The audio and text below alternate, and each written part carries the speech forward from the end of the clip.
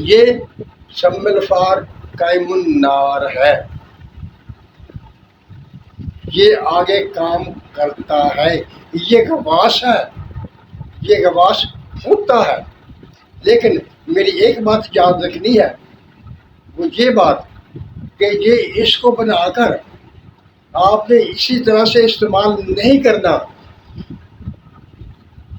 جیسا میں نے اس ویڈیو میں کہا تھا کہ یہ آگ میں باغ لگانے کے مترادف ہے۔ آگ جس کا کام جلانا ہے اسی میں باغ لگانا ہے۔ اس کے لیے ترکیب چاہیے، تدبیر چاہیے، وہ تدبیر اور ترکیب بھی میں آپ کو بتاؤں گا۔ آپ نے جلد بازی نہیں کرنی، اپنا نقصان نہیں کرنا۔ میں اپنا نمبر تو نہیں دوں گا، صرف ایک ہی بات ہے، آپ ویڈیو دیکھیں، نسخہ بنائیں جہاں تک میں نے بتایا ہے۔ اگر اسی طرح سے بنے یا نہ بنے تو آپ کمنٹ کریں گے۔ جب آپ کمنٹ کریں گے تو میں کمنٹ دیکھ لوں گا اور اس میں جو آپ کا مسئلہ ہوگا اس کے مطابق اگلی ویڈیو میں میں آپ کا وہ اصلاح کر دوں گا، آپ کو وہ اچھی طریقے سے دوبارہ سمجھا دوں گا کہ کیا کمی رہ گئی آپ سے، کیا نہیں ہوا۔ یہ وہ بات نہیں جو اکثر کہا جاتا ہے کہ جہاں ہمیشہ ایک آنکھ کی کمی رہ جاتی ہے، وہ صرف تنزیہ باتیں ہیں۔ جیسا کہ پچھلی ویڈیو میں میں نے کہا تھا کہ اس چیز کا وجود ہے، یہ بنتی ہے، اور میرا خیال ہے جو میں نے طریقہ آپ کو بتایا تھا اس کی پہچان کرنے کا، اس کی آزمائش کرنے کا شاید ہی کسی نے کیا ہو، کیونکہ ہم لوگ صرف باتیں کرتے ہیں، اور خاص طور پر یہ لوگ جو ہم جیسے لوگ ہیں یہ تو باتوں کے بادشاہ ہوتے ہیں۔ باتیں ان سے سن لو جتنی سننا چاہتے ہو، لیکن عملی طور پر جواب صفر۔ میں اس لیے بار بار یہ کہتا ہوں، یہ میرے تجربے کی چیزیں ہیں جو میں آپ کے سامنے رکھتا ہوں۔ آپ بلا خطر اعتماد کر سکتے ہیں اور ان کو بنا سکتے ہیں، اور انشاءاللہ تعالی میں جیسا کہتا ہوں ویسا ہی ہوگا۔ یہ آپ کو میرا اعتماد ہے، میں آپ کو اعتماد دلاتا ہوں کہ جو میں کہتا ہوں انشاءاللہ تعالی ویسا ہی ہوگا۔ معزز ناظرین و سامعین، آپ کو بات کی سمجھ آ گئی کہ آپ نے سم الفار 10 گرام لینا ہے، اس کے چھوٹے چھوٹے ٹکڑے کرنے ہیں، ٹکڑے کر کے اس پٹھ گنڈے کی کھار میں پایا تو 150 گرام ہو، اس میں اس کو الگ الگ کر کے رکھنا ہے، اسے دبا کر اس کے نیچے آگ جلانی ہے، اور شرط یہ پورا کرنی ہے کہ سم الفار پھول جائے گا، اور جو نہیں پھولے گا وہ کچا ہوگا، وہ قابل استعمال نہیں ہوگا۔